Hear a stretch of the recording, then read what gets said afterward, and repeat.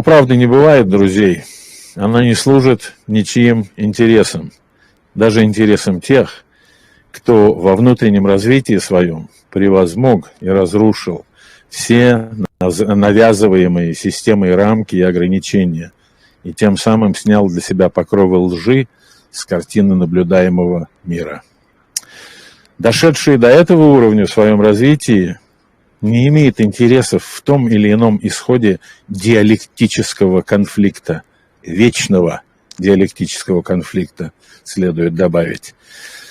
Они попросту вне этого повествования, им не нужны ни сторонники, ни защитники. Вселенная, в которой они пребывают, иная. В происходящем в эти дни гигантском шторме беспощадной идиотизации огромных масс людей, их поголовного отравления на всех уровнях и прежде всего информационном, человек постоянно заманиваем либо в одну, либо в другую крайность мышления. Маятник раскачивается все быстрее, все неистовее, и тем создается иллюзия того, что помимо двух полярностей нет ничего другого. Кто не с нами, тот против нас. Это уникально благоприятный режим для тех, кто понимает, что власть над умами – единственная реальная власть, понимает и использует это знание не в пользу человека. Здравия всем, люди добрые, во всех без исключения просторах нашей невыразимо прекрасной и сказочно щедрой божественной матушки Земли. Вы на канале Дед Пихто, и с вами дилетант, ренегат, балабол и сочинитель по имени Сергей Сливинский. Сегодня к нашему виртуальному костерку вновь подсел уже знакомый вам Игаэл Львович Ягуди, раввин из Белоруссии. И мы продолжаем исследовать корни и развитие юдофобии, пытаясь, насколько это нам доступно, конечно же, быть правдивыми друг с другом и, конечно, с теми, кто почтил нас своим вниманием. Игаэл Львович, приветствую еще раз, благодарю за то, что откликнулись. Приветствую вас и всех слушателей, подписчиков. У вас было желание адресовать некоторые пункты, касающиеся нашей первой встречи. Пожалуйста, микрофон ваш, я вам не буду мешать. Если возникнут вопросы, то дерзну и задам. Ну, первым делом я хочу остановиться на вопросе, опять-таки, вот этой измышляемой сообщности неких евреев, которых определяют, кто кому как придет в голову, особенно по фамилиям. Я хочу остановиться специфически на вопросе фамилий. Ну, вот вы сказали, что одиозный, Сергей Владимирович, вы упомянули, что одиозный нарком НКВД был Генрих Ягода. Да, это действительно человек двух еврейских родителей рожденный. Я со всей ответственностью утверждаю, что будь он одиозным или не одиозным, то, что он делал хорошо, то, что он делал плохо в качестве наркома НКВД, никакой связи не имеет с его двумя родителями и с какими бы то ни было евреями, которые самоидентифицированы как евреи. При этом важно помнить, что Ягода – это Игуда, как мы знаем. Да?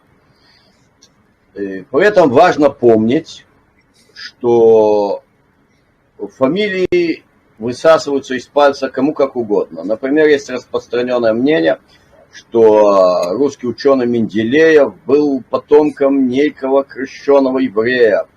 На самом деле, просто он себе взял, уж не помню точно, то ли он, то ли его отец, фамилию какого-то соседнего помещика для каких-то там юридических дел или махинаций, не знаю. А тот был специалист менять, его назвали или Мендель, тоже на какой-то немецкий еврейский лад, что он, мол, меняла. И он себе взял его прозвище. Ну, чтобы понять, насколько неадекватны поиски всяческих фамилий. Вот. Или, например, наш доморощенный, я к нему еще буду обращаться, когда мы будем говорить о корнях юдофобии. доморощенный, значит, наш тут юдофоб Белоруссии, ну, он не совсем наш, он, собственно, тут осевший из других республик, может, не одной даже, он всегда рассказывает, какое многогранное происхождение. И вот он определил русского писателя Блока, хорошие евреи, по фамилии Блок. Он определил по фамилии немецкой Ландсбергис известного литовского шовиниста, сказав, что он является главой целого еврейского клана. То есть это конкретно, конечно, шизопаранойя, поиски фамилий. В Соединенных Штатах сегодня большинство людей, носящих фамилии Леви, Льюис и Коэн, они не являются евреями с точки зрения определения иудейской религии, то есть по своему расследуемому происхождению по материнской линии евреями не являются. Вот. И ни по какой линии, часто уже в одном и двух поколениях, и даже трех. Но они носят с гордостью эти фамилии, потому что это престижно, это библейские фамилии. Вот. Теперь, возвращаясь к Генриху Ягоде, что нам важно помнить, что когда бросают имена тех или иных каких-то людей и говорят, а вот он был еврей, собственно, что вы хотите этим сказать? Что он имеет биологическое происхождение от тех или других евреев. Давайте посмотрим, связана ли его деятельность с каким-то любым еврейским сообществом, реальным. Да? Вот у Шолома Алейхема, нашего писателя чудесного, описано реально еврейское сообщество. Так. Оно живет какой-то своей жизнью, своими еврейскими интересами, которые полностью совпадают со всеми остальными. Да? Чтобы войны не было, чтобы хлеб был и т.д. Естественно, никакие деятели не жили, прославившиеся в тех или иных государствах, в тех или иных странах, не жили интересами никакого еврейского сообщества. Это все были ассимилированные евреи. И тут уже совершенно не важно, владели они в личной жизни еврейским языком, как Полина Перл, жемчужина, жена Молотова, которая, да, им владела, как нарком путей сообщения, строитель московского метро, выдающаяся личность советской власти, Каганович, который, да, владел еврейским языком, или люди, которые вообще никакого отношения ни к каким еврейским сообществам не имели, и, упаси бог, к религии, как, например, псевдопрезидент на территории бывшей УССР. То есть это ассимилированные люди. И тогда все претензии должны быть к тем сообществам, в которых они ассимилировались. Это очень больно. Но что делать? Такова правда. Например, русофобия, которая бушевала в Ельцинстане в 90-е годы на всех СМИ, да, государственных СМИ. Среди бушевавших там русофобов были ауторусофобы, то есть русаки природные, и люди всяческих национальностей, и в том числе люди частичного того или иного, еще раз я говорю, даже суцельного, биологического, значит, еврейского происхождения, которые, конечно, были ассимилированы. Во что они были ассимилированы? Они какую-то еврейскую традицию представляли. Они в жизни не видали даже, наверное, и ни одной семьи, хотя бы семьи, я не говорю общины, компактной массы, живущих в соответствии с еврейской традицией. Они были ассимилированы в либерастическую российскую интеллигенцию, которой русофобия жила и процветала еще не с тех ли времен, когда Петр I высшим сословием обстриг бороды, сказал одевать европейское не вполне бинарное платье, вместо того, в котором ходили православные люди. Так, вот. И оно шло. Как-то мне довелось видеть реальный журнал «Сатирикон». По-моему, где-то именно в российской прессе публиковал, просто целиком. Журнал «Сатирикон» в начале 20 века издавался в России. Такое излияние желчи и прочих неприятных жидкостей, которые человеческого тела исходят, в адрес вообще всего, что связано с русской культурой, с Русью, так сказать, да, с какими-то православными традициями, это невозможно себе представить, так? При том, что я абсолютно не сторонник российского самодержавия с его социальным расизмом, так? Но эти настроения, они были не протестом против социального расизма, а именно против того доброго и вечного, что Россия несет. И несла в своей ипостаси Советского Союза. В составе, точнее, Советского Союза. Вот. То есть надо смотреть. Вот такой Зеленский, да, он еврей в биологическом плане. Да, оба родителя евреи в биологическом плане. На этом кончается вся его связь с евреями.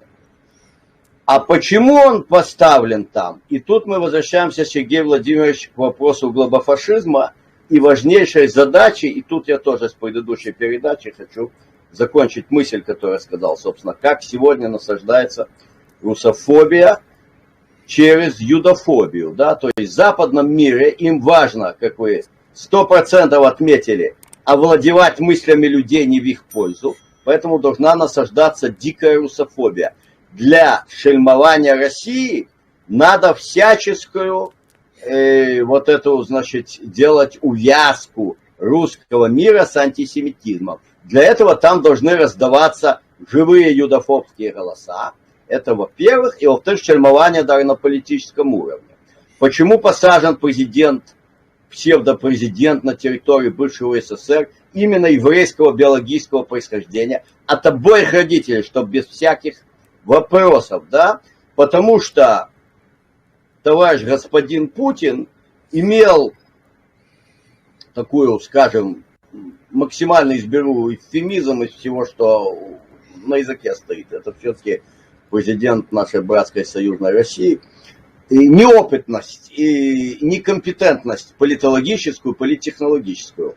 Заявив весной 2014 года, я не говорю, надо было идти до Львова, нет, ему виднее. Но сказать, кто бы ни был президент Украины, только бы он не был антисемитом. Попался на удочку, помянул этих самых евреев, и и антисемитов, там, где вообще их поминать не надо. Что ты хочешь сказать? Что нацисты, антисемиты, так это все знают. Ты что, хотел сказать, что Запад, посадивший нацистов у власти на Украине, откажется от своих замыслов? Да нет, они найдут подходящего. Для начала сел Порошенко, и на Западе был сделан вброс, который офигенно прижился в русском мире, что на самом деле Порошенко еврей. Хотя покопаться в его родословной, там, как говорят по-русски, конь не валялся. Ну, еврей, может, где-то валялся, но нет от него никаких следов. Вот, никаких следов. Фамилия вымышленная Вальцман. Первый раз я засек первый момент, как она появилась в русскоязычных публикациях. Вы знаете, Сергей Владимирович Дороженький, как было написано слово Вальцман, не хитрое? Понятия не имею. Вальтесеман. У меня есть эта распечаточка с самой весны 2014 года. Вальтесеман. То есть тот, кто это перепечатывал это с англоязычного вброса. Потому что в английском языке благородном не используют букву Z для C, как в немецком. Так, используют словосочетание Т и С. И было написано Вальтесман. Но господин Порошенко никогда в Америке не жил. Таким образом, это не его фамилия была изображена, а фамилия политтехнологическая. Брошенность англоязычного пространства. Еще один примерчик, как это делается. Значит, к этому примерчику потом будем возвращаться, когда будем говорить о корнях, так сказать, юдофобии на уровне индивидуума. Значит, некий человек мне на полном серьезе переслал, значит, изобличающие евреев ролики. Ролики, они просто made in USA. Там бежит английский текст, к нему приделаны русские титры. И оно максимально вбрасывается, распространяется в этом самом русском мире. Потом эти ролики пересылают люди друг другу и говорят, посмотрите, какой в России антисемитизм. Что они смотрят. А вот что это за люди, которые пересылают эти ролики? и почему именно на их умы очень здорово работает пропаганда, это мы оставим, может быть, даже для отдельной передачи. Ну вот, Сергей Владимирович, это то, что я хотел осветить до этого момента. Ну, картина-то, казалось бы, простая, да, так, которую вы описали. Я знаю, что многие не согласятся, я не собираюсь спорить по этому поводу. На Западе вот эти фальшивки производятся или нет, хотя в этом есть железобетонная логика абсолютно. И это более чем вписывается в то, о чем я упомянул в самом начале, в раскачивание маятника, все усиливающейся скоростью, дабы от головокружения люди не видели ничего, кроме двух крайностей. Вот. Но это все не на голом месте происходит, потому что давнишняя неприязнь и подозрительное отношение друг к другу, оно никуда не девалось никогда. И, скажем, в еврейской среде, сколько я помню, во всяком случае, по советской жизни, всегда было живо такое понятие, хотя это было и среди людей, которые для вас, может быть, на ваш взгляд, никак бы не относились к еврейской общине, потому что они жили просто как советские люди и так далее, но какой-то вид или, может быть, рудимент самоосознания, как евреи в них был, и также прямо рядом с этим было понятие хазером, да, ну, хазерим, вероятнее, правильно будет, да, и добавлялись эпитеты нелестные к этому. Ну, то есть вот хазеры, если русицизм, обратить это в русицизм, это вот русские. И, естественно, это совсем не лестное обращение. Оно, на мой взгляд, всегда по коннотации абсолютно тождественно понятию жиды. Вот. Значит, вот это было всегда. И оно для меня это типичный прием, вернее, типичный пример вот этих приемов психологических. Эти постромки или вожжи, если угодно, они всегда оставляются. Потому что таким образом вы понукаете массами людей. Да, если вдруг исчезнут между нами вот эти тенденции к обвинению не властей в существующей ситуации, а каких-то псевдо-хазерам или жидов, или еще кого-то, там, я не знаю, армяшек вонючих и прочее, соответственно, те, кто инициирует эти социальные процессы, не нужные ни одним, ни другим, ни пятым, ни десятым на нашем с вами уровне, они всегда остаются в тени, а мы друг другу рвем глотки. Ну, значит, то, что вы сказали, оно верно, в принципе, но я тут хочу очень уточнить кое-что. Да. Значит, во-первых, мы друг другу, я не знаю, кто такие мы и кто такие друг другу, но глотки не рвем. Значит, тут тогда, раз вы подняли вопрос, кто кого как где называет, ну, Вольновым было, так сказать, крутиться там, где называют неевреем словом хазер, неевреем словом хазерин. Вот, я никогда не крутился там, где называют евреев словом жиды, но так уж мне повезло, да. Значит, очень важно сохранять, так сказать, полную, ну, анализируя ситуацию, сохранять полную отрешенность от вот этих, значит, попыток сказать, а это не то, а это вот те, а вот давайте те. Никто глотку не рвет. Можете себе представить, что у нас в Беларуси, например, да, значит, люди именно когда жили в традиционном обществе, каждый в рамках своей группы конфессиональной, так, ну, этноконфессиональной, соответственно, скажем, белорусы-католики, белорусы-поляки, они, в общем-то, достаточно четко друг от друга обмежевывались. Вот, значит, есть динамика человеческого общества. Она не может быть сведена к плоскости. Вы вот бросили типа бомбу, да, евреи называют неевреев словом хазерин, так? Не евреев, нет, ну неправда, мы не будем передергивать. Я говорил о том, что я слышал этот термин по отношению к русским, да, русским в большом смысле, потому что евреев называют гоим, да? Так бытует выражение жидяры, пархаты и всякие другие. То есть бытовало. Сегодня оно нигде не бытует, потому что нету того языка и нету, собственно, того народа, который говорил на этом языке на идиш, да.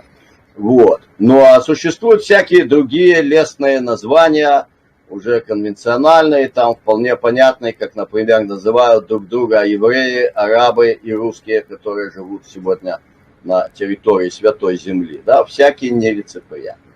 Это часть человеческого общества.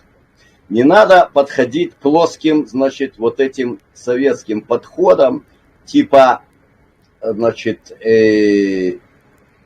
вот мы создадим правильные отношения, и все еще ничего не исчезнет. Есть динамика притяжения, отталкивания между разными этноконфессиональными. Ну, простите меня, Игорь Львович, динамика-то есть, кто же это будет отрицать? Но возникает сразу вопрос. У вас, как у Адама Смита, это волшебная рука рынка, которая ничем никак не продиктована, не мотивируется и так далее, и никто за ней не стоит. Вот у вас динамика такая, или все-таки в этой динамике зачастую есть, если не авторы, то те, кто направляет ее, влияет на нее и направляет ее в заданном векторе, в заданном чем?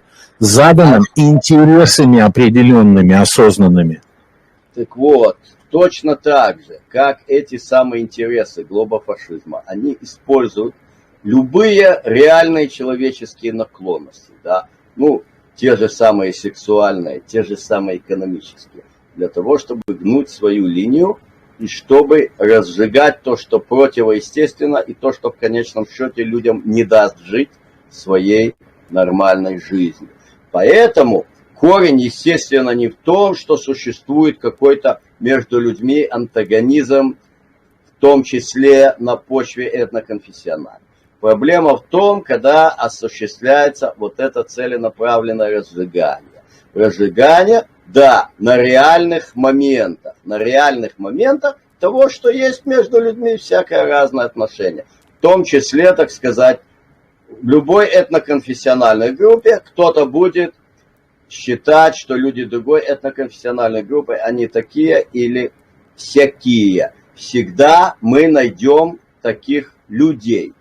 Это и есть обычная ксенофобия. Да? Поэтому задачи всегда тех, кто является руководителями общества, эти настроения гасить, а не разжигать там, где они начинают подниматься.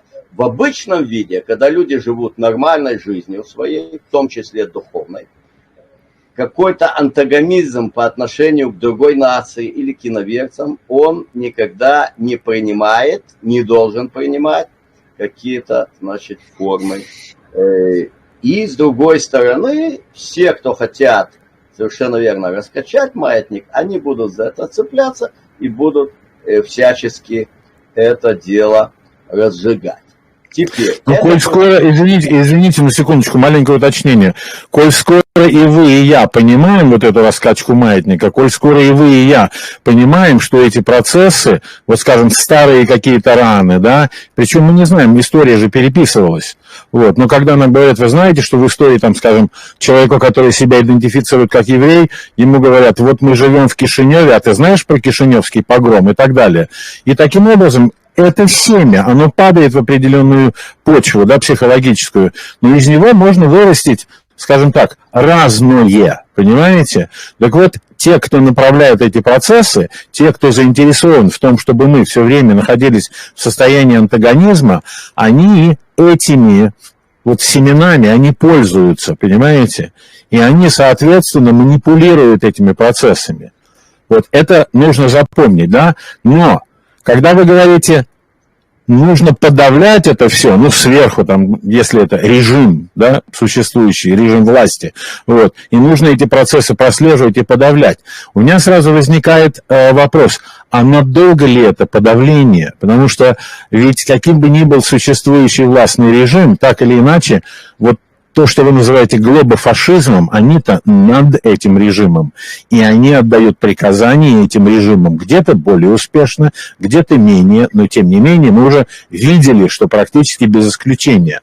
Поэтому я спрашиваю, а нет ли возможности рассмотреть психологическую природу, лучше так сказать, этих процессов и не подавлять их, а покончить с ними раз и навсегда посредством того, что мы понимаем во всей полноте, как это происходит, вообще в психологии, и как этим манипулируют систематически и из века в век. Честно сказать, из того, что вы сказали, дорогой Сергей Владимирович, я не понял ничего. Вместо того, чтобы подавлять, покончить, вот, значит, подавлять я имел в виду что? Что не ходят подавлять из дома в дом. Я как раз об этом говорил. Надо выбить из головы вот эти идеи, что давайте бороться с предрассудками. Предрассудки... Ну, хорошо, выбивать можно палкой, а можно социальными какими-то средствами, да, рычагами. Например, поскольку вы ничего не поняли, я поясню себя.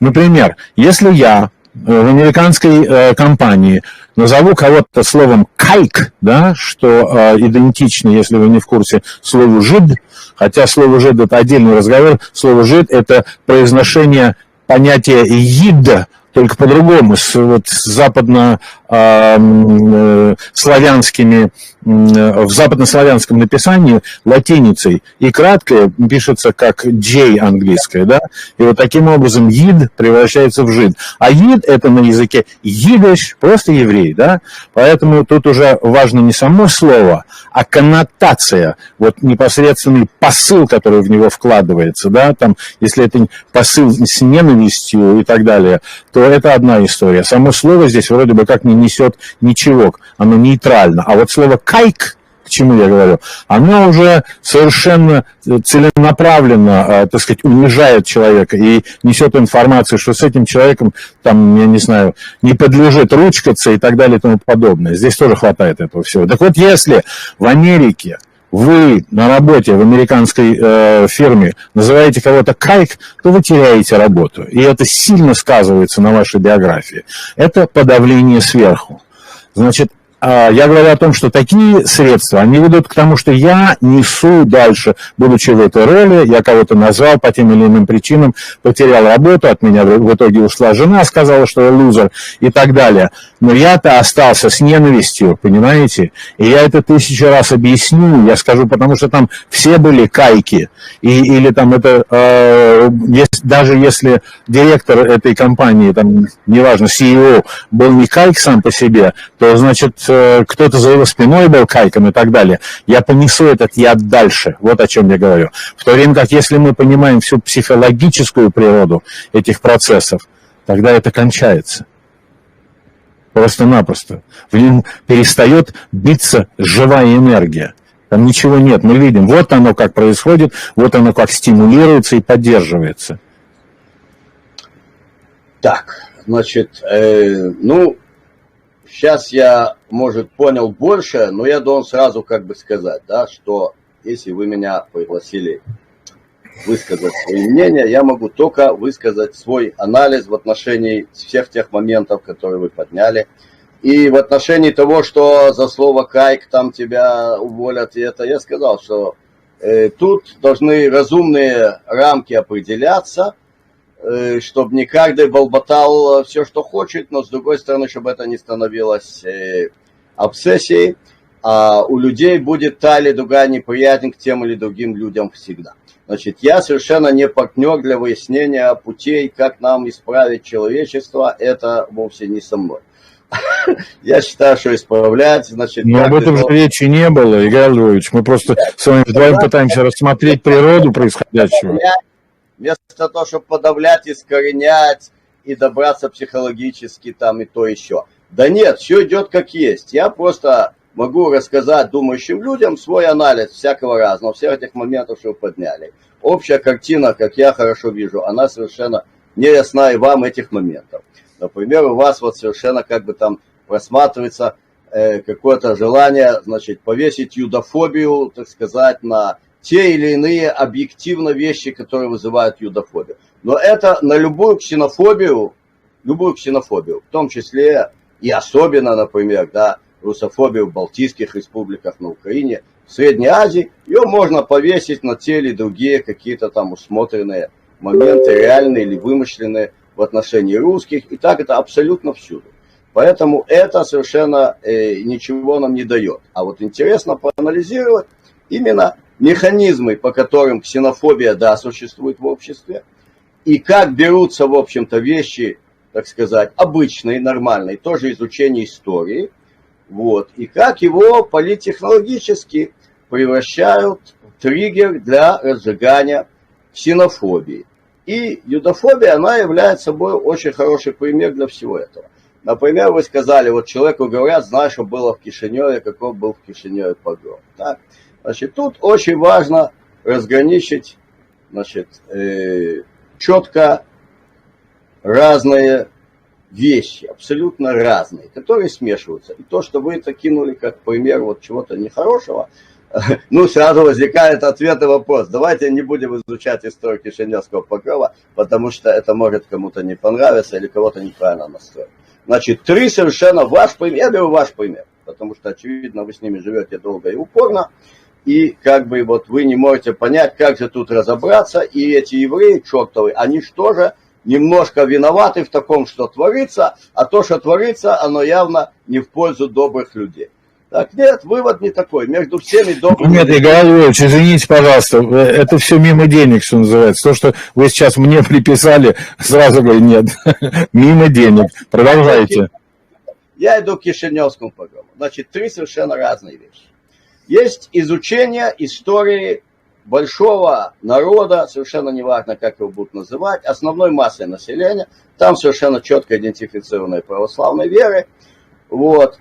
Пытаться вычленять какие-то там этнические составляющие, это вообще мертвое дело. Там же живут, например, и гагаузы, которые тоже православной веры. Так, вот. Изучать историю этого края. Пусть люди решают, как ее изучать. В том числе надо помянуть всякие события, которые там были. И, как я немножко в нашей предыдущей беседе отмечал, это... дикие погромы, кровавые, направляемые образованным слоем общества, которые происходили в Румынии. Ну, естественно, к культурному региону, который так или иначе относятся люди, говорящие на похожем языке той же самой Молдавии, Бессарабии. Вот. Важно отметить, ну и среди прочего, среди тех маленькую точечку Кишиневский погром. Есть изучение истории специфически еврейской. Это очень интересный вопрос. И опять-таки я говорю, вот, может, раз вы меня пригласили, лучше задаваться не как мы там подавим, не подавим, но лучше искореним, не такие вот бомбастические, а всякие детальные анализы всяких моментов. Что такое еврейская история? Кому интересно изучать, кому нет.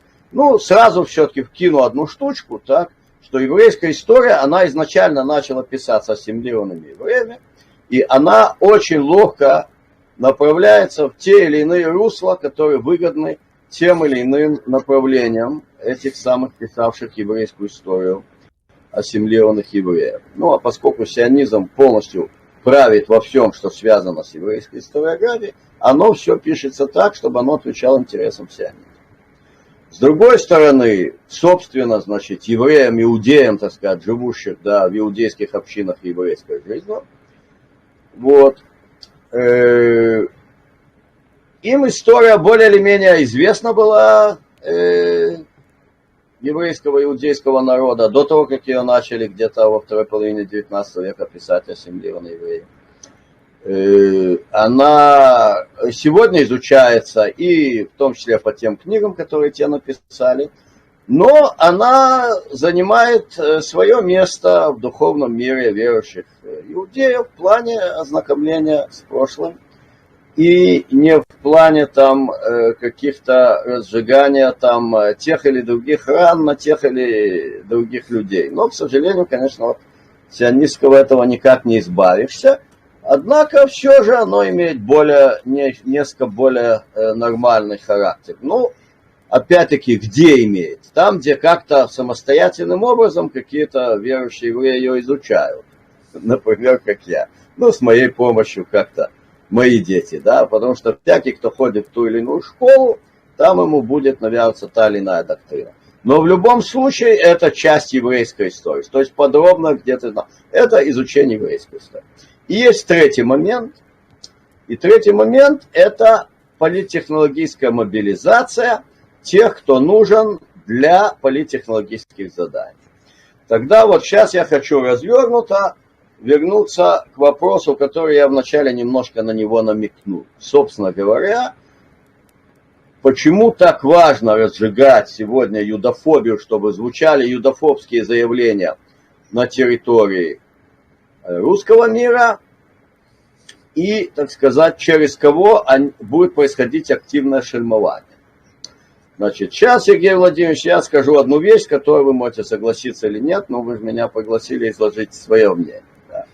Значит, есть некое сообщество русскоязычное, потому что это их язык, так сказать, культуры, на котором они думают, поют и творят. Вот. И надо сказать, что я не отношу себя к этому сообществу. Ну, у меня другой родной литературный язык, так по жизни сложилось, он был бы русский, но я 30 лет прожил в Израиле, как бы приехал туда уже, зная иврит, и на этом языке я получал не только религиозное образование, но и выше. Да. Вот. И эти люди имеют какой-то сантимент в сторону всего, что связано с этими самыми семитами, юдами и жидами. Вот. То есть это могут быть и ассимилированные евреи, так сказать, значит, реально еврейские даже семьи, скажем, да. Это могут быть люди того или иного частичного происхождения от евреев, насколько им известно. И это могут быть люди, обуренные юдофобией, ну, у которых тоже произошел сдвиг по фазе, да. То есть, например, скажем, если был обурен юдофобией кишиневский погромщик в 1903 году, который шел, значит, грабить, насиловать и громить еврейские дома. По крайней мере, у него его юдофобия была реальная, она стояла на почве наличия там евреев. Так. Вот. Ну и как им уже манипулировали власть имущие, или власть имущие не манипулировали, а просто он был говно как личность, так? Это отдельный вопрос. Или и то, и другое, что, скорее всего, имело место почти всегда. Но если сегодня человек живет где-нибудь там в Перми, скажем, да, и он обурен юдофобией, это чисто, так сказать, у него в голове это все присутствует. То есть реальной жизни вокруг никакой нету, которая бы давала ему почву сосуществовать или наоборот желать идти громить и грабить, так, вот. Насиловать тоже решительно некого, так. То есть это юдофобия, которая чисто у него творится в голове. И таким образом он является собой абсолютный в плане социологическом, так сказать, значит, ну, этот, комплектующую, да, является собой точно комплектующую для вот этого, значит, виртуального сообщества людей, подсевших на еврейскую тему, которые будут почвой для вот этого разжигания юдофобии и для шельмования русского мира юдофобии. И любые вбросы там пойдут. То есть вот этим, собственно, ни с какими реальными евреями, не имеющими никакого дела, не могущими иметь на них ни реальный или там какой-то зуб или не зуб, не видавшие их реальной жизни, да, люди, им перешлют вот этот ролик с русскими титрами, они его расфигачат массе других таких же, как они, людей. Это пойдет по Рунету. И всякие разные люди в мире, типа Познера, вот характерные, например, личности такие, Познер и Шевченко, да. Шевченко, безусловно, либераст, безусловно, русофоб.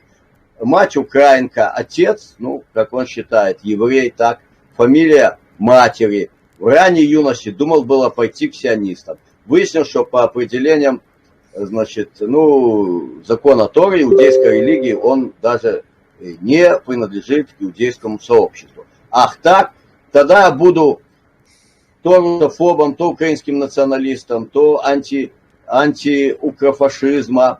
В общем, всякое со стороны в сторону бросает. Взять такого кадра, как Познер, который всюду, где о чем не зайдет речь, он возвращается к антисемитизму в Советском Союзе.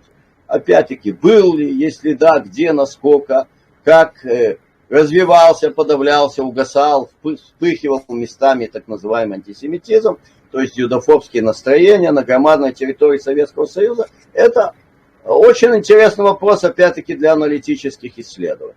И о реальной картине ничего не знает господин Познер. О чем бы где ни говорили, он будет толдонить про советский антисемитизм. Почему? Потому что он антисоветчик, потому что он социальный расист, потому что он ненавистник тех абсолютных ценностей традиционных православного мира, которые несет православная религия и несет традиционная Россия. Поэтому он будет шельмовать антисемитизм. Я, например, наблюдал интересную сцену, когда Сатановский, он, конечно, еврей ассимилированный, но все-таки такой, безусловно, идентифицированный, даже женатый на еврейке, так, для интереса. И он говорит, что нет, так, не надо же так уж строго, не было никакого организованного антисемитизма в Советском Союзе. И арабские страны Советский Союз поддерживал ввиду своих интересов геополитических. Да нет, что типа вообще? Отрицаю, что 2 × 2 это 3,5, как вообще? И был антисемитизм, и против Израиля был Советский Союз из-за антисемитизма. То есть человек насаждает вот эту паранойю, она шизопаранойя. Естественно, смешанное происхождение тут очень помогает. Человек крещен во французском костеле, носит фамилию Познер, еврея белого эмигранта, значит так. И вот он на этом самом коньке. То есть из всех вот таких людей составляется сообщество во всем мире. Для меня оно едино, как виртуальное сообщество, которое сколотил глобофашизм, чтобы отводить, собственно, от происходящих событий, наводить тень на плетень. И, к сожалению, если бы вот со мной пообщался Владимир Владимирович, уважаемый, он бы не давал такой недоречный ответ, как в рамках этого шельмования, недавно буквально совершенно сказал, как вы можете говорить, что президент Украины нацист, когда он еврей? И к моему большому сожалению, почему? Потому что я хочу, чтобы Россия имела успех в войне, происходящей гибридной, а война на поле боя это часть только этой войны, и война гибридная, чтобы он сказал что-то толковое. Он дал наихудший ответ, который можно дать. Он начал сразу говорить что-то о друзьях евреях, да. Как мы знаем, в Америке любой антисемит говорит some of my best friends are Jews. Вот, это не значит, что тот, кто говорит о друзьях евреях, он антисемит. Это тоже бред, да. Это известные, значит, лжесиллогизмы. Фермер Джонс любит капусту, кролики любят капусту, соответственно, фермер Джонс кролик. Да нет, он не кролик, он просто любит капусту. Так. Владимир Владимирович, он не антисемит, у него просто есть друзья евреи, они тут ни при чем. Он на них ссылается, и что он изрекает, они говорят, что Зеленский это наш позор. Чей позор? Он позор того народа, среди которого он вырос, он позор тех людей, которые ему привили дикие идеи, он позор тех государств, которые сделали его псевдопрезидентом на территории бывшего СССР. Он их позор, он абсолютно не позор ассимилированных московских или ленинградских евреев, которые не разделяют нацистских взглядов и не поддерживают укрофашизм. Он к ним не имеет никакого отношения. Но вот эта лжеобщность, она, значит, как-то подсажена. И Путин, вместо того, чтобы сказать, вы что, хотите сказать, что человек, который имеет биологическое происхождение от еврейских родителей, он не может быть нацистом? Почему? Это немцы решили, что он не может быть нацистом, и всех прогнали. Если бы в нацизме не было вот этой антиеврейской паранойи, и они бы не изгоняли евреев, так было бы сколько угодно евреев в рядах нацистов, как были и немцы. И ассимилированные немецкие евреи были бы среди них, как они гордо шли в бой под знаменами Кайзера, были готовы идти под знаменами Гитлера. Гитлер их не захотел. А сейчас новый Гитлер захотел.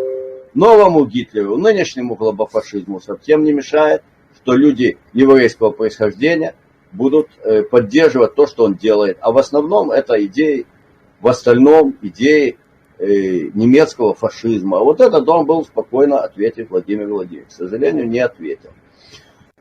Вот такие дела. Так что настроения вот эти разжигания юдофобии в русскоязычном пространстве, они очень четко базируются на существующих, значит, вот этих, так сказать, измышленных сообществах, но виртуальных, но реальных. Да, это конкретные люди, которые конкретно действуют.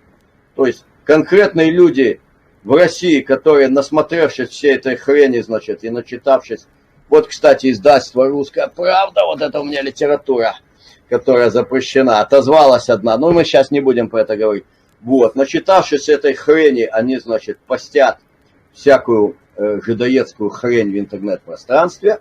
Заботливые руки это подхватывают, размножают в западном мире, доводят до сведения всех, значит, политических русофобов, у которых сантимент на еврейскую тему, могут быть кто угодно, могут быть американские евангелисты, могут быть дети иммигрантов из Советского Союза, такие как Вики Нуланд, известная, да, вот, она как раз дочка, значит, евреев из Бессарабии, так, которая матерится в прямом эфире на всех языках.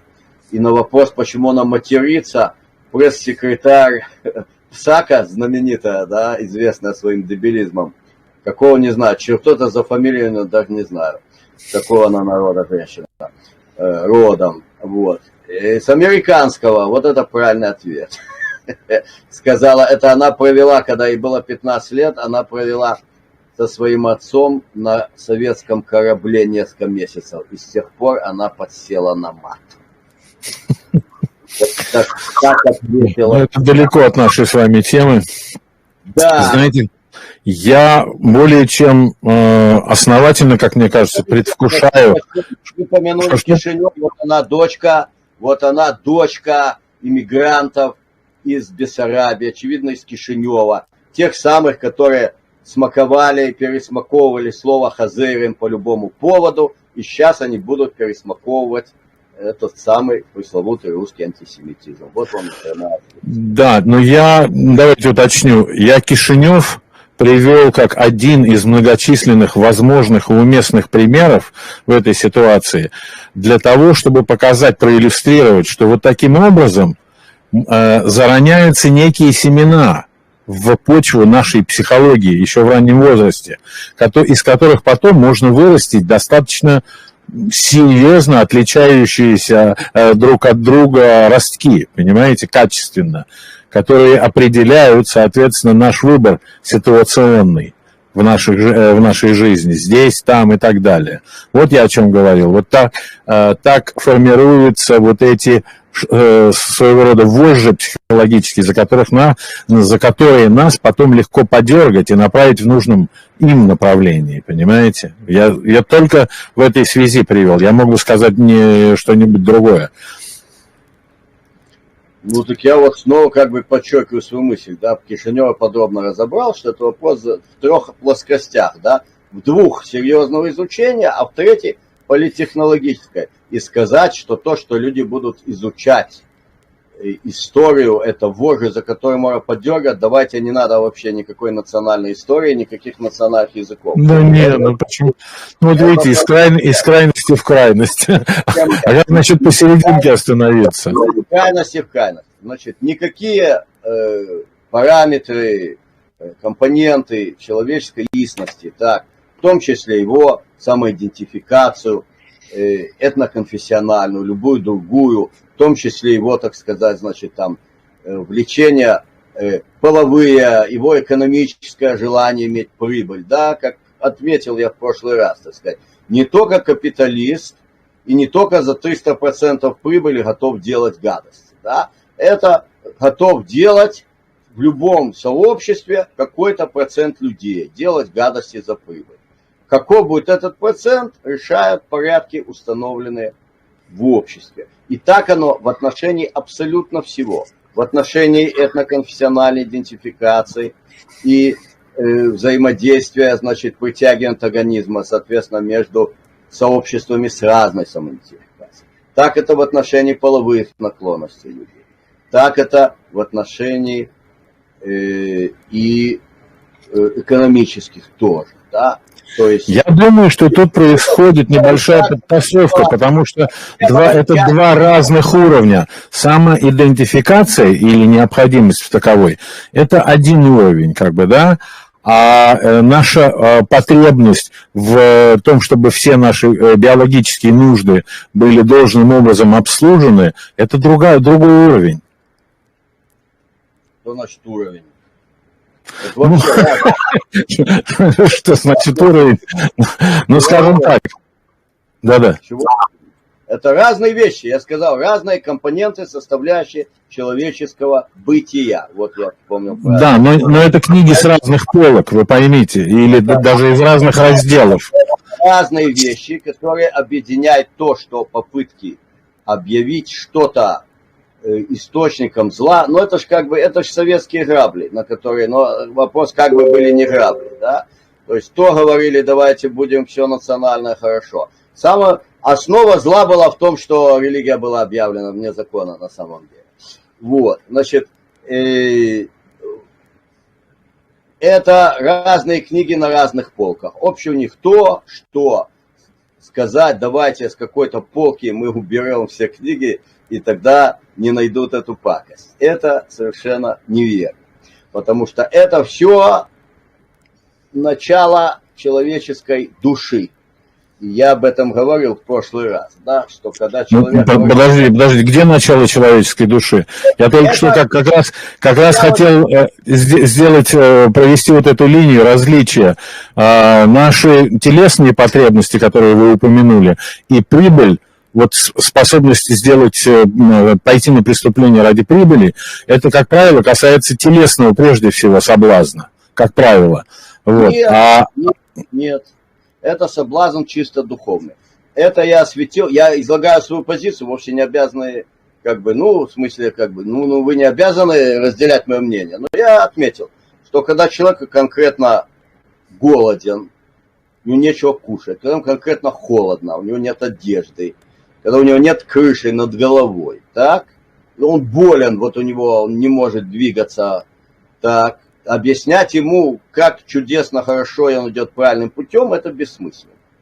Но в тот момент, когда у человека именно на базисном уровне все это есть, он начинает смотреть, как бы добыть еще, так, это у него такие потребности его души, душевные. Ну, как бы, оно вот в русском языке, оно несет такой обязательно позитивный какой-то смысл, духовный или душевный, да, но это не материальное, это не телесное, это то, чем он живет. То же самое в отношении полового влечения, да, ведь мы знаем, что прекрасно, есть люди, которые, так сказать, прекрасно живут без половой жизни, прекрасно или нет, но они живут без нее.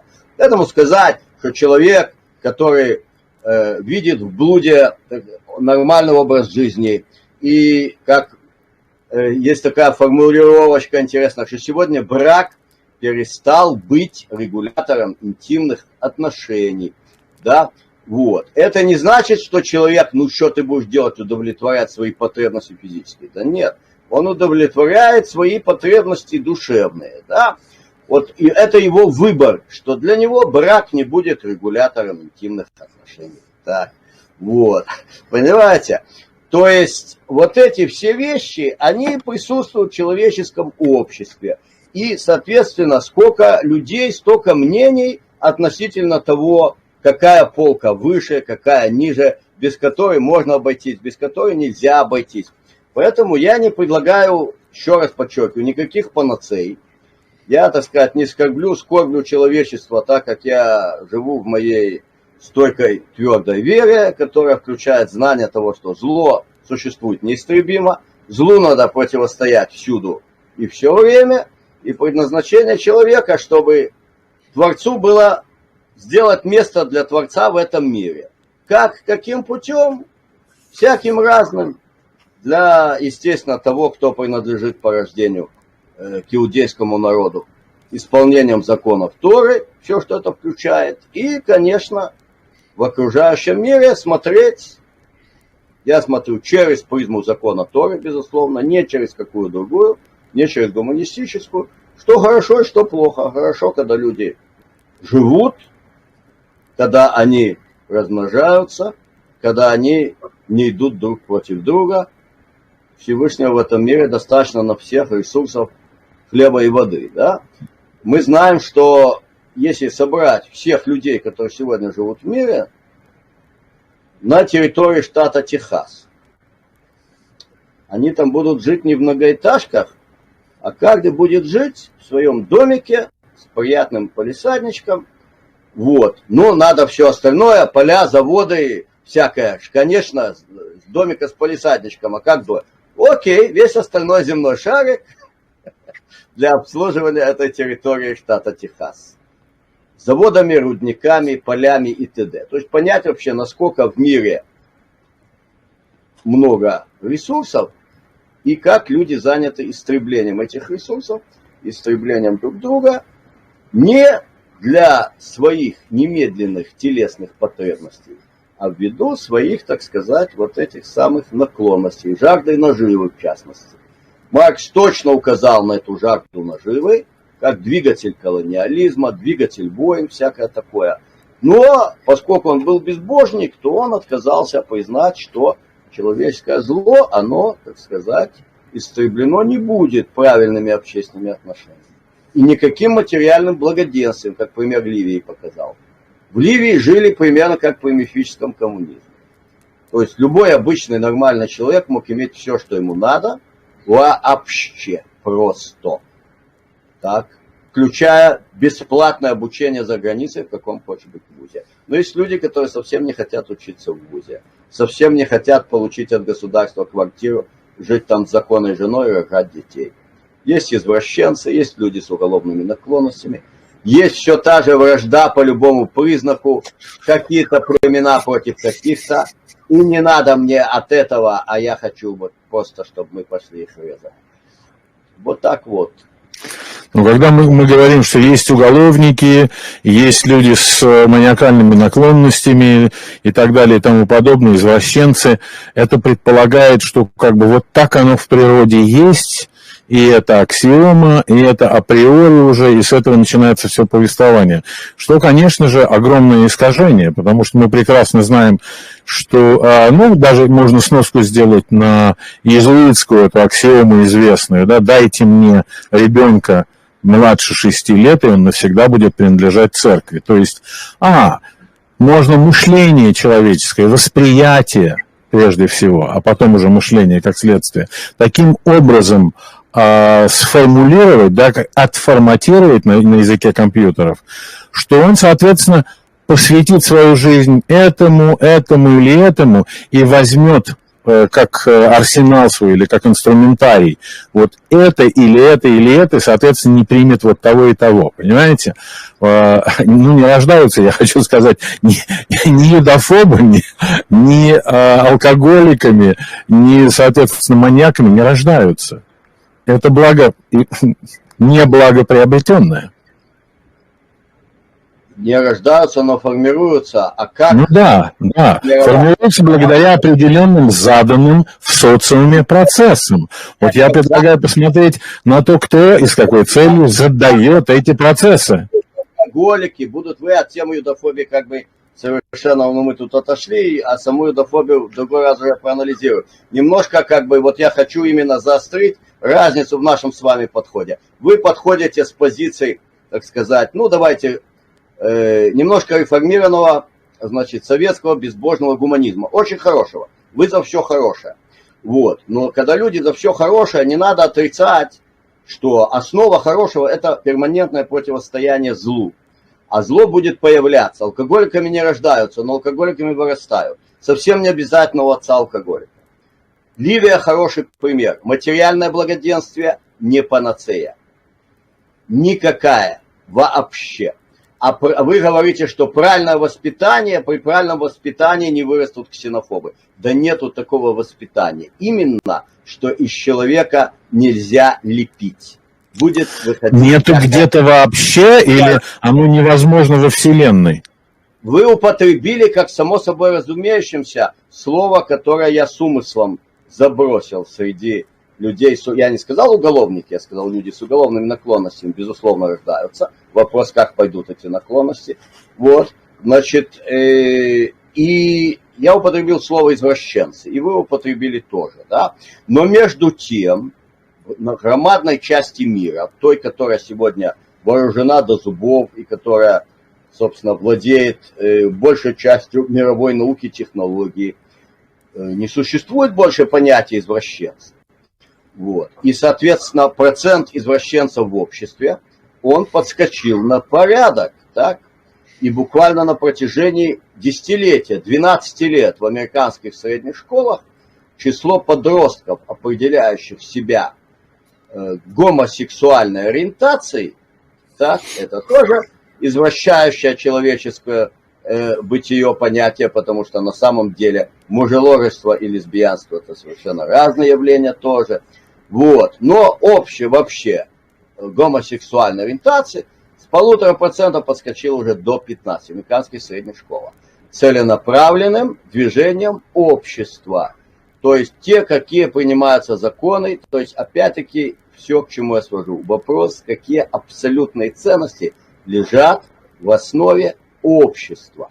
Так, а те, кто не хотят, чтобы в основе общества лежали абсолютные ценности, четко сформулированы, как они лежат в основе любого традиционного общества, так, а занимаются всяческим шельмованием принципа абсолютных ценностей, которые должны лежать в основе общества, и занимаются этим, опять-таки, тоже всегда с позиции абстрактного гуманизма. А если человеку хочется, а у него потребности такие, вот, Бог сказал любить всех, тоже, значит, классическая фраза, значит, в западном мире, в англоязычном особенно, для легитимации и насаждения гомосексуализма, а сейчас уже идет следующий шаг.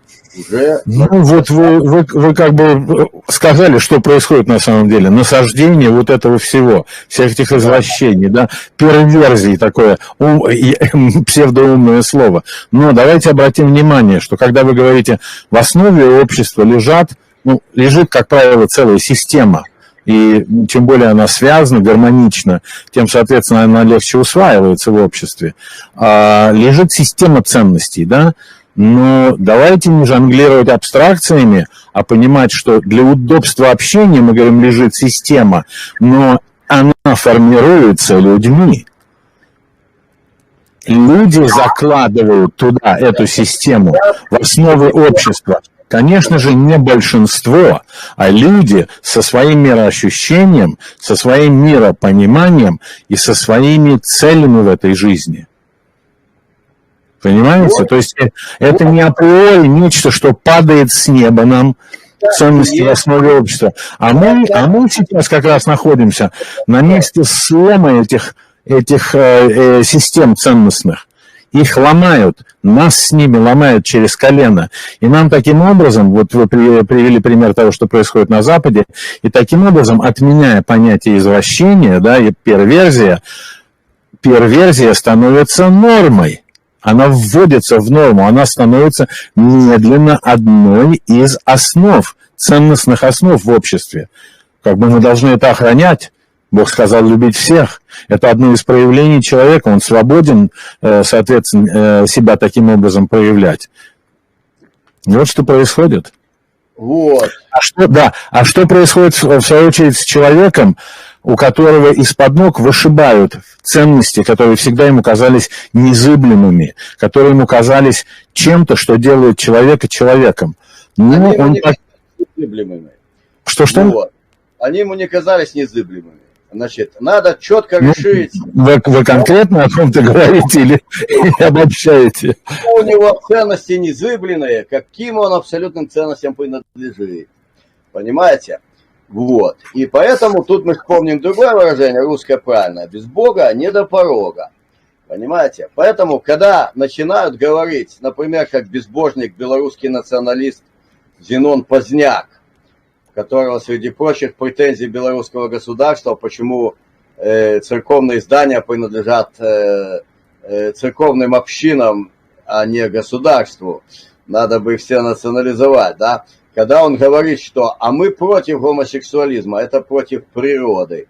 На это приходит 25 людей, 25 придут на такого Поздняка, людей, находящихся с ним в одном политическом лагере, которые ему скажут: да не, мужик, ты отстал, ты страшный динозавр. Конечно, у тебя большие заслуги в подстрекательстве против белорусского государства и в поддержке террористической деятельности в 90-е годы, но от природы оно не так совсем.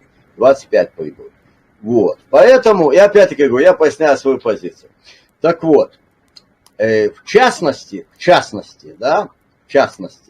вот эта самая легитимация извращений, она шла под лозунгами борьбы со всяческой ксенофобией, между прочим. И, кстати, и евреев туда приплели. Но я думаю, на этот раз нам достаточно. Давайте на следующий раз мы отметим тему, я хочу предложить тему ортофобия. Вот. Ортофобия — это понятие, которое я ввел в научный обиход. Чисто политологическое понятие. Я его употреблял в ряде научных публикаций тут в Беларуси и всегда его употребляю в моих лекциях. Вот. Это вражда, ненависть, ее обоснование к ценностям традиционных авраамических конфессий и их носителям, особенно следующим двум категориям. И они для меня тоже идут через запятую. Как через запятую шли виртуальные юдофобы и сионисты. Православные славяне и ортодоксальные евреи. К этим двум группам насаждается ортофобия современным западным миром, который, собственно, заказчик, так сказать, всего, что происходит в плане политтехнологии в глобальном пространстве. К сожалению, против западной политтехнологии никакая толковая политтехнология со стороны русского мира не стоит, надо сказать.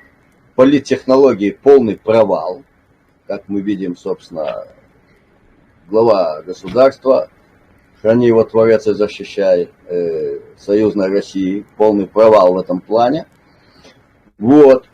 И ортофобия это всюду разжигается. Причем ее стараются разжигать в максимально большой палитре сообществ, направляя стрелы на, снова говорю, православных славян и ортодоксальных евреев. И, естественно, самая большая будет, если вы знакомы там с еврейскими словами, да, это самое, жаргонными словечками древнееврейского корня, самая большая мытия, да, знаете такое слово, мытия, вот, находка, так, будет, естественно, и эти две группы всячески натравливать друг на друга. Это с вашего разрешения, дорогой Сергей Владимирович, я хочу этот момент осветить в нашей следующей беседе. Ну, вам не нужно мое разрешение, я с удовольствием вас послушаю, и у меня только одно маленькое уточнение.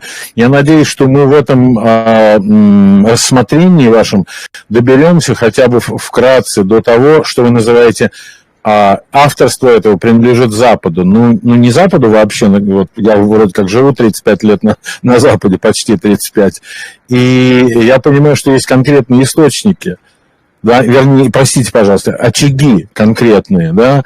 Западный человек как таковой не является бенефициаром всех этих процессов вообще никак. Вот. Но есть конкретные очаги, и я по молодости лет, извините, и дилетантской своей природе почему-то подозреваю, что этим очагам, которые, ну вот сейчас находятся на Западе, но им все равно где находиться, им все равно какие поднимать знамена и какие на этих стягах будут написаны лозунги, им совершенно все равно. У них есть цели, и они хотят их достичь. Вы спутали два понятия. Два понятия вы спутали. То, что рядовые люди не являются бенефициаром официальной идеологии, это один момент. А потом вы говорите, что официальной идеологии есть какие-то очаги. Значит, это политтехнологическая линия тех, кто являются властями сегодняшнего коллективного вооруженного Запада. Вот. Как они эту власть, так сказать, как они ее имеют, как они осуществляют те или иные эффективные или неэффективные выборы, или плевали на результаты этих выборов через верховные суды этих стран, через блоки, которые они сделали, это уже менее интересно. Значит, это есть коллективный Запад и его власти. То, что рядовые люди там могут быть другие, окей, но это делается от их имени, они там платят налоги, и они служат в этом войске. Или из их ряды вербуются, значит, соответственно, в это войско добровольцы. Но когда вы говорите, простите, когда вы говорите про власть коллективного Запада, вы же не имеете в виду вот этих аявриков, этих клоунов, которых мы видим на экранах телевизоров. Вы, видимо, про какую-то другую власть, реальную говорите, верно? Реальная власть – это те, кто поднимают вот этих, вот этих самых марионеток.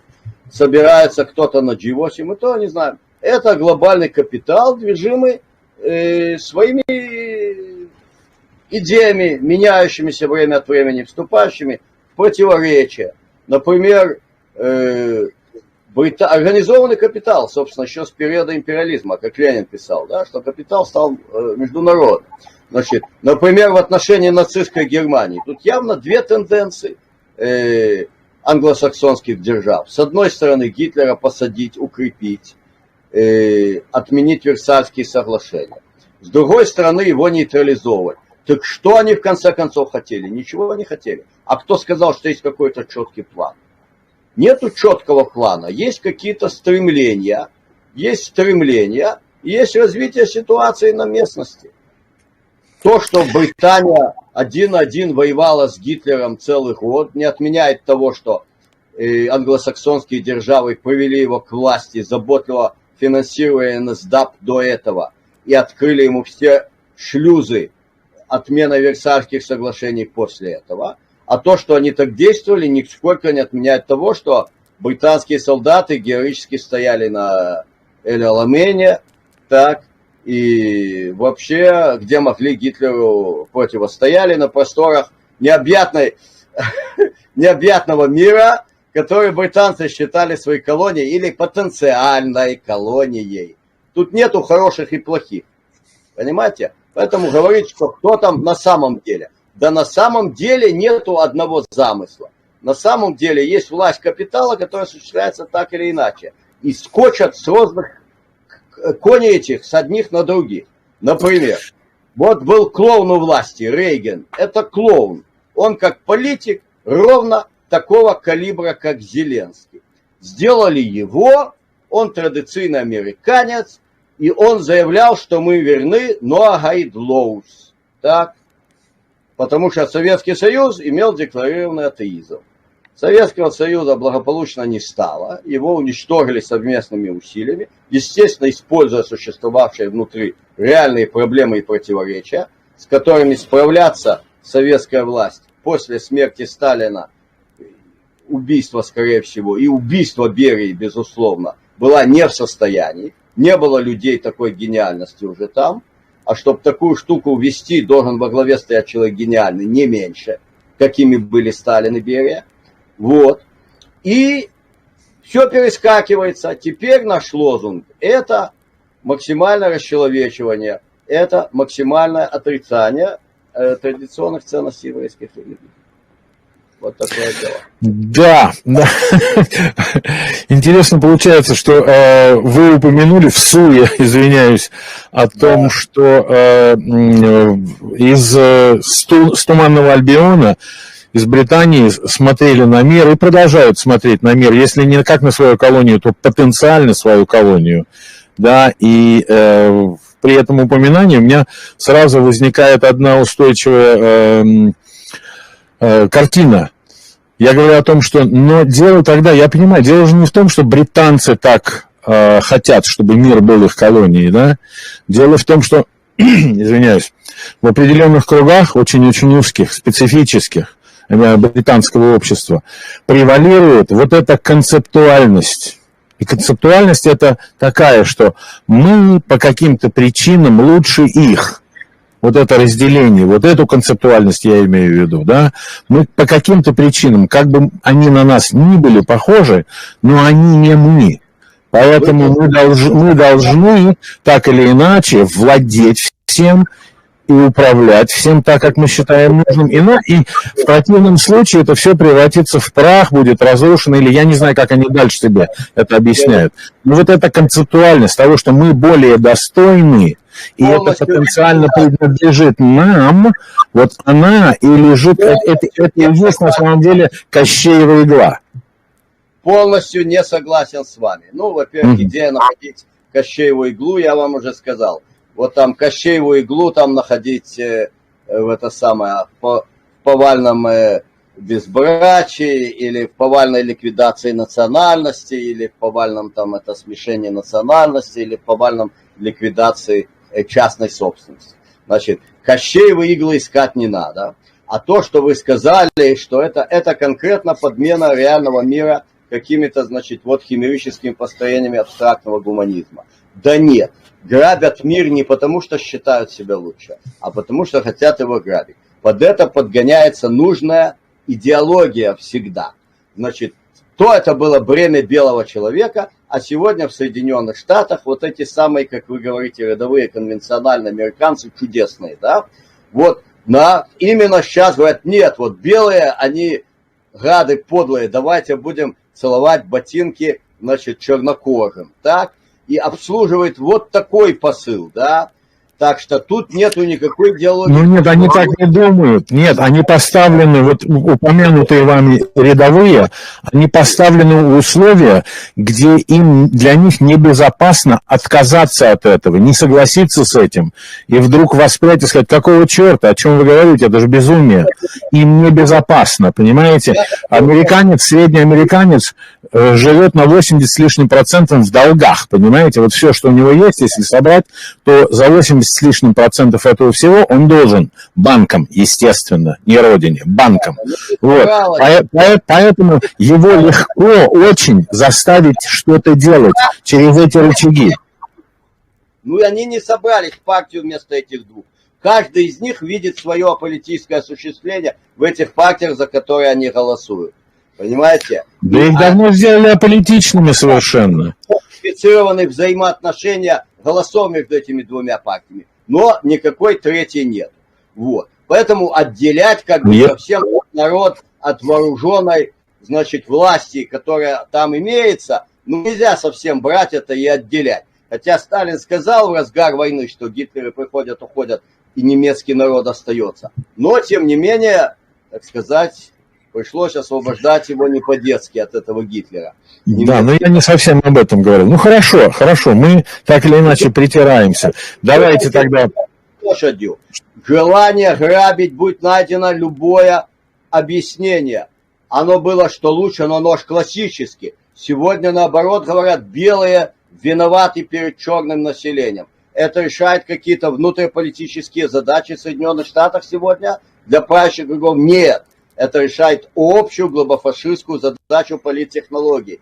Навести тень на плетень и выбить все понятия у людей. И выбить почву из-под ног, естественно, у тех здравомыслящих белых американцев, которые костяк американского общества, и которые могут составить как бы эту третью партию. Ну вот они не составляют, делают все, чтобы они ее не составили. Я понимаю вашу симпатию к простому трудовому народу, среди которого вы там живете, да.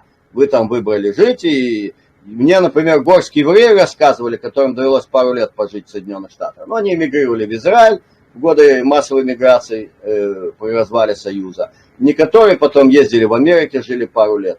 Вот, они мне все, ну и они как бы вернулись, ну те, кто мои друзья были, знакомые, они соблюдающие евреи, вернулись к образу жизни правильному еврейскому. И они говорили вот то, что вот американцы типа, значит, вот говорят, они в мире... Знаешь вообще, как выглядит реальный американец? Реальный американец, говорит, это работяга, отличный семьянин, который в воскресенье идет в церковь. Вот это, говорят, американец. А совсем не то, что показывают, но это, говорю, больше, ну, 30 лет в Израиле, как бы, да, и, собственно, там вот насаждалось вот это все, тогда уже начиналось вот это ультимативное расчеловечивание, насаждение всяческого разврата, отмена всех абсолютных, значит, ценностей. Вот. И, говорят, это не американцы, типа вот рядовые американцы, они такие вот, раз такие чудесные, отличные, прекрасный семьянин идет в воскресенье в церковь. Окей, от имени этого семьянина сейчас творят на Украине то, что творят, понимаете. Этот семьянин голосует за Трампа, так, за Трампом стоят одни миллиардеры, за Байденом другие, Трамп сам миллиардер, Байдену не надо быть миллиардером, но он был очень активный политический деятель, он просто впал в маразм, не надо преуменьшать эти фигуры тоже, понимаете.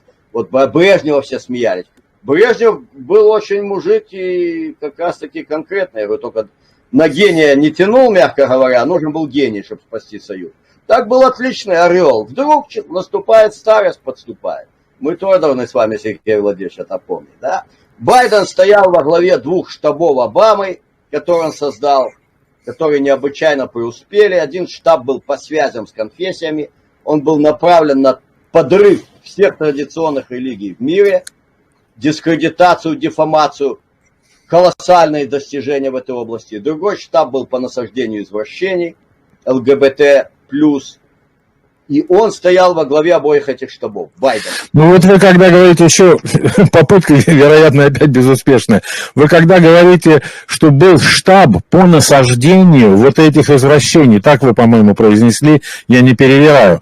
У меня дилетантский вопрос. Если был штаб, значит, до этого существовала идея его создания.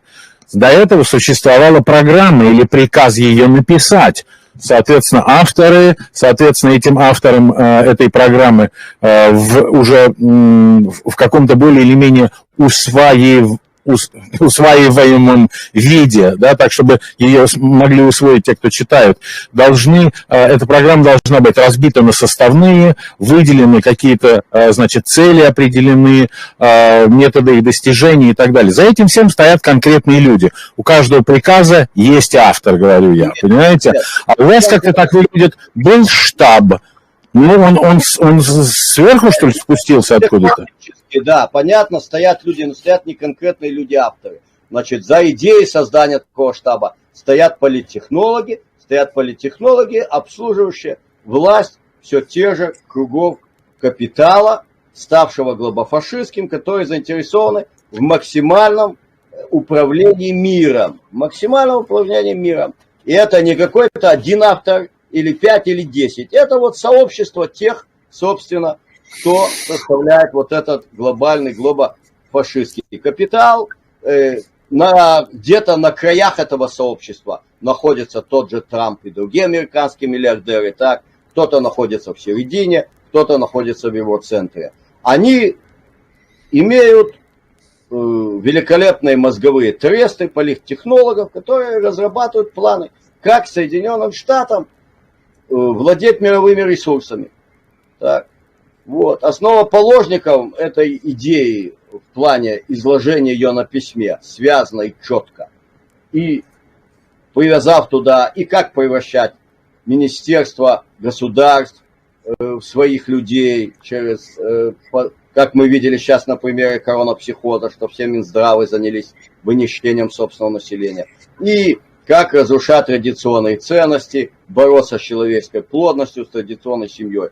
Это все сделал Киссинджер в своем докладе НССМ-200. Так, вот. И, собственно говоря, Киссинджера с самого начала его пути финансировал фонд Рокфеллера, клан Рокфеллеров. Ну, естественно, не только клан Рокфеллеров, так сказать, он, значит, это группа интересов, я говорю, группа интересов, которые, сколько-то людей, много или мало, это супер крупный капитал, ставший глобофашистским, который базировался в англосаксонских державах, в основном, так сказать, поколения времен Второй мировой войны. Да? Вот. Фонд Рокфеллера финансировал Киссинджеру его диссертацию, которую он защитил на тему «Как покончить с Советским Союзом ядерными ударами». И тогда он пошел дальше в гору. Блестящий ум, который разрабатывал идеи, соответственно, по заказам, поступавшим от вот этого сообщества. Это не сидит никакой Кощей, ни с какой иглой. Сидит сообщество, желающее владеть миром, грабить мир. Вот. Выросло оно из милых и уютных идей Адама Смита, про пекаря, который спек булки, которого невидимая рука, еще рука, и вот рука по всему миру и пошла. Вот так. Хорошо, Игорь Львович, время поставить временную точку, уйти на паузу. Благодарю вас за ваше время, благодарю всех, кто был с нами. Если у вас есть еще какое-то завершающее слово, то прошу, микрофон ваш, и будем прощаться. Да, в завершение хочу немножко, ну, естественно, раз мы подняли тему юдофобии, и я ее, так сказать, упорно хотел ставить в ее место в мире соответствующее, именно в мире политтехнологий и гибридной войны. Это вовсе не значит, что мы не разберем в одной из встреч конкретно юдофобии, так сказать, и личностной, и цивилизационной коды. Вот ответы появились, ну, естественно, раз говорят про юдофобов, жидоедов и антисемитов, то кто-то должен отозваться, не так ли, Сергей Владимирович? И вот один говорит, что значит направлять прожектора? Я сказал, что когда мы говорим о тех, кто осуществляет массовые убийства и об их жертвах, то правильное изучение этих событий исторических, оно должно быть в изучении психологии, методов мышления, политтехнологий, которые направлялись убийцей. Потому что пересчитывать жертв и описывать их страдания, да, это дело толковое, чтобы оно лежало в книгах, но занимать этим умы множество людей, это преступно. Потому что надо, наоборот, сосредотачиваться на том, как это все происходило. Далее, сосредотачиваться на том, как пришли те, кто это делали. Как они пришли, откуда они пришли, какой их цивилизационный, культурно-духовный, так сказать, бэкграунд для этого всего. Поэтому мы опять-таки видим, об этой увязке будем говорить всегда и постоянно, как великолепно, значит, сходятся стрелки, опять-таки, юдофобов и сионистов с их, значит, термином Голокост. Не Голокост, а нацистский геноцид евреев. Когда мы говорим нацистский геноцид, мы понимаем, что есть нацисты, которые осуществляют геноцид. Давайте смотреть, почему, как они до этого дошли. А кого уж там геноцид, это менее интересный вопрос. Интересный сам по себе, но когда мы говорим про нацистский геноцид, мы должны говорить про нацистов. Это значит направлять прожектора. Теперь дальше, значит, вот отозвались, я говорил про вот этих книжечках, они запрещены у нас в Беларуси, не буду их показывать подробно, издательство фашистского «Русская правда». И вот отозвалась, я не знаю, мужчина или женщина, я не верю ничему, что написано в этих. Так. Ну, если верить, так сказать, идентификации, поданной там, значит, женщина, которая живет в Минске, говорит, она уже не может в Минске эти книги покупать. Ну, не знаю, почему сейчас похватилась, давно не может. Говорит, что их заказывает. Вот. Ну, центральной книжечкой, я даже думал, что займутся мои друзья в православной церкви этим делом. Центральная книжечка – это злобный антихристианский пасквиль, написанный, значит, неким кадром из этой компании, значит, фашистов, которые гнездятся на необъятных просторах Российской Федерации. Вот. Но те не рискнули этим заняться, потому что какие-то люди их же в Минске приглашали, ну, значит, вот отозвалась. Да, очень правильно, эти книги у нас запрещены, они будут запрещены. И это не зловредных евреев дело, это решение компетентных властей республики. И есть у нас законы, которые надо уважать. Поэтому замечание, значит, того автора, что, мол, евреи думают, что они знают, что кому делать. Да нет, это не евреи, это белорусские законы и власти, они прекрасно знают, что кому делать. Поэтому ксенофобская пропаганда, тем более антихристианский пасквиль у нас будет всегда запрещен. И дальше, значит, вот мне понравилось выражение, что я девальвирую тему. Ну, это конкретно как бы хотел бы прийти кто-то, кто бы послушал, как евреи будут, ну, кого-то, кого выведут от имени евреев неких таких виртуальных. Как вот я начал свой рассказ в прошлый раз там с этого института толерантности. Говорит, что вот евреи немножко виноваты в том, что их не любят, всякий прочий бред. Ну, а я сразу начал говорить о механизмах ксенофобии, так, вот. И еще мы будем конкретно, например, юдофобии говорить, да, об этих механизмах. Ну, это в общей картине политтехнологий, в общей картине гибридной войны находится. А те или иные ксенофобские настроения на уровне индивидуума, они коренятся в его личности. Вот. И на это заметил, значит, вот я девальвирую тему. Да, я ее девальвирую, потому что это я знаю точно. И в личном общении немного, правда, приходилось. И вот эти все писания, которые я читаю, хочет каждый юдофоб, антисемит и жидоед считать, что он очень значителен в этих своих настроениях. Нету ничего для него обиднее услышать, что он просто обычное заурядное явление человеческой, ну, девиация от желательной нормы, да, когда все, как бы, так сказать, дружно созидают, и никто не нагнетает вражду другим. Спасибо вам, Сергей Владимирович, что дали мне... Спасибо и вам еще раз. Спасибо всем, кто с нами сегодня были. Игорь Львович Егорий из Минска и Сергей Сливинский, тот же самый, кто и Дед Пихто, из Бостона. Всем добра и до новых встреч. До новых встреч с Божьей помощью.